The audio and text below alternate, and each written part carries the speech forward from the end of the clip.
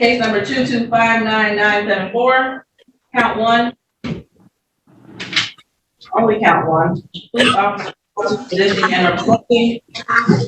This is a habitual offender fourth offense notice. And also case number 2258771 versus Carlos Durham. Mr. Durham is charged on this case with count one, weapons, firearms, possession by felon. Count two, weapons, felony firearm. Count three, weapons, ammunition, possession by felon. Count four, weapons, felony firearm. Count five, carrying concealed. Count six, police officer assaulting, resisting, and obstructing. And this is a habitual offender fourth. Ever since I started covering Carlos Durham, I wanted to dig deeper to understand what was really happening.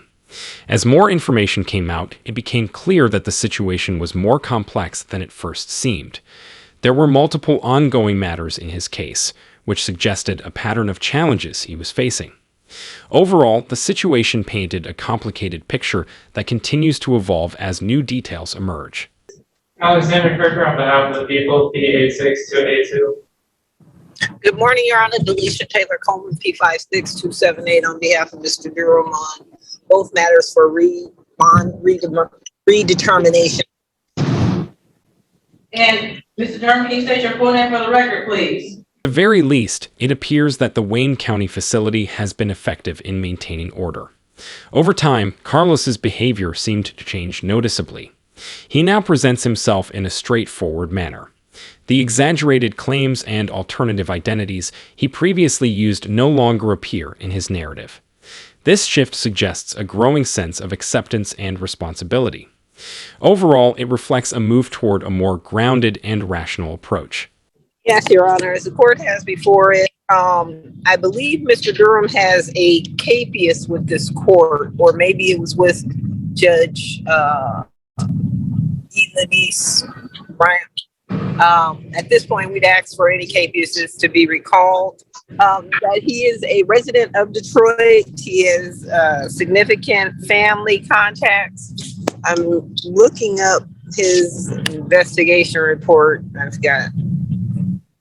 looking up the sheet from misdemeanor felony defenders on his behalf. Long story short, we're asking for a personal bond with tether, and he continues to question the authority overseeing his case. This perspective has been raised repeatedly, despite clear guidance to the contrary.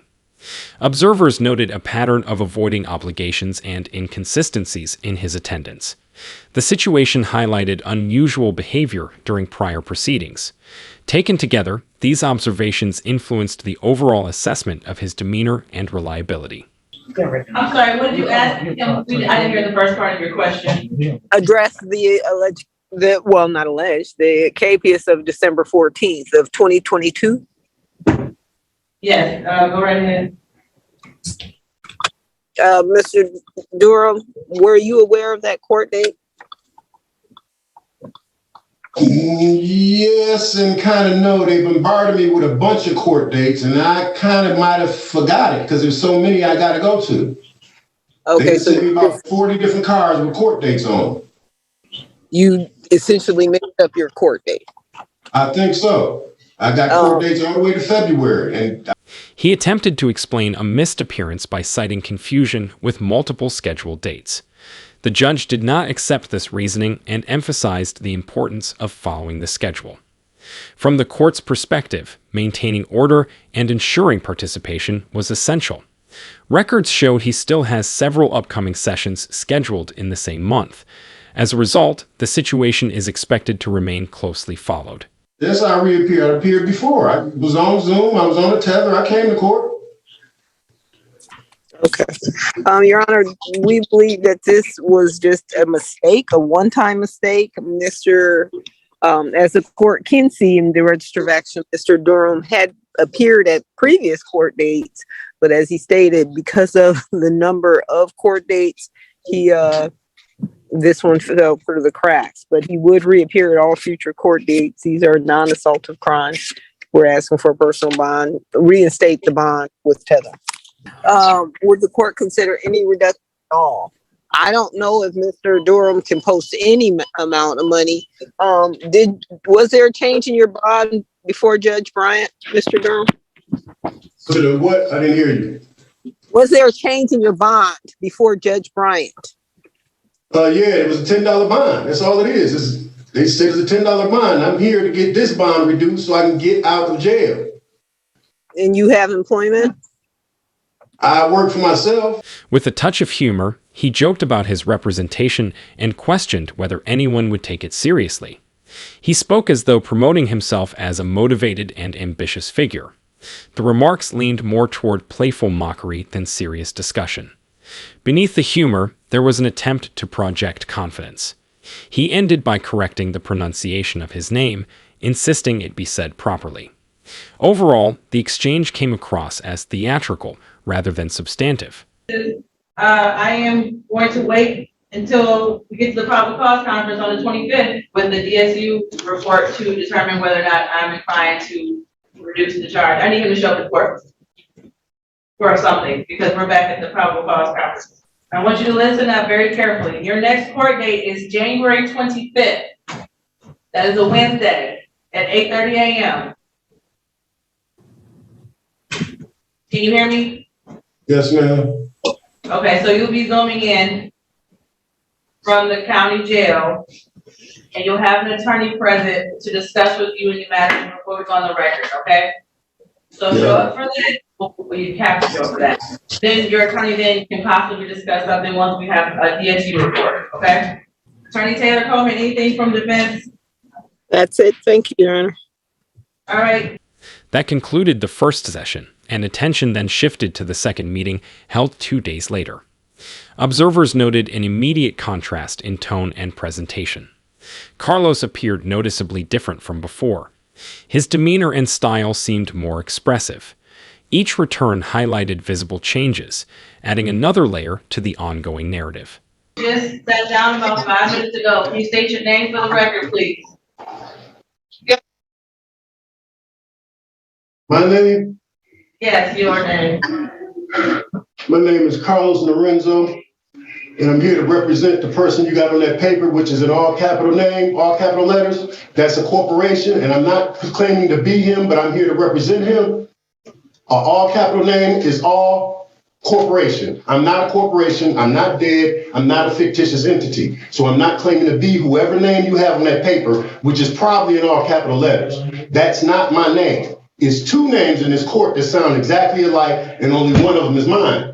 What name is on that paper y'all have over there? Is it in all capital letters? That's not my name, but it's my property. It's my trade name, and I own it. And I need to know if anybody has permission to use it from me. So do we have that understood? I am not a U.S. The discussion quickly turned to a sharp suggestion raised in the moment. The speaker argued that firm enforcement would discourage similar claims in the future. The point was framed as a preventative measure rather than a detailed policy proposal. According to that view, clear expectations would reduce repeated disputes. The remark carried a sense of urgency and frustration. Overall, it reflected exasperation with ongoing arguments rather than a carefully reasoned solution. On that paper, because that person is a fictitious entity. I am actually flesh and blood. It quickly became clear to his lawyer that one-on-one conversations with Carlos were exceptionally challenging. After just one prior meeting, the attorney realized how unpredictable the interactions could be. Attempting to get through a discussion felt more exhausting than expected. This early realization likely shaped how the lawyer approached future interactions, highlighting the unusual nature of representation. I'm not him. I'm claiming not to be him. I just wanted to know who you were. Thank you. I had to check there. Attorney Simon, thank you. Richard, you want to speak to your client in private before we go on the record? Because he's still talking. Sorry, Judge. Can you repeat that, please? Do you want to speak to your client in private for a moment? Because he hasn't stopped talking for the last 10 minutes. He's still talking. He doesn't know he's on mute, but he's been talking. I just saw him Monday at the jail, but okay. Okay. Because I don't think we can have his hearing unless he understands we all can't talk at the same time. All right. At this stage, it became clear that Carlos needed to exercise more restraint in formal settings. Using self-control before speaking could prevent complications. Patience was limited, and further outbursts could create additional difficulties. It was a reminder that careful communication is essential in structured environments. Maintaining composure was critical to keeping the situation manageable. Carlos Lorenzo Durham, case 2259974. Mr. Durham is charged with one count of police officer assaulting, resisting, and obstructing. This is a habitual offender fourth offense notice. Also, case 2258771, the People versus Carlos Lorenzo Durham. Mr. Durham is charged with count 1, weapons, firearms, possession by a felon. Count 2, weapons, stony firearm. Count 3, weapons, ammunition, possession by a felon. Count 4, weapons, stony firearm. Count 5, carrying concealed.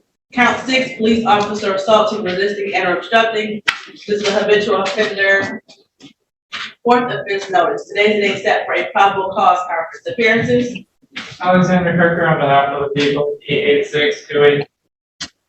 Good morning, Your Honor. Jonathan Simon, P35596 for Mr.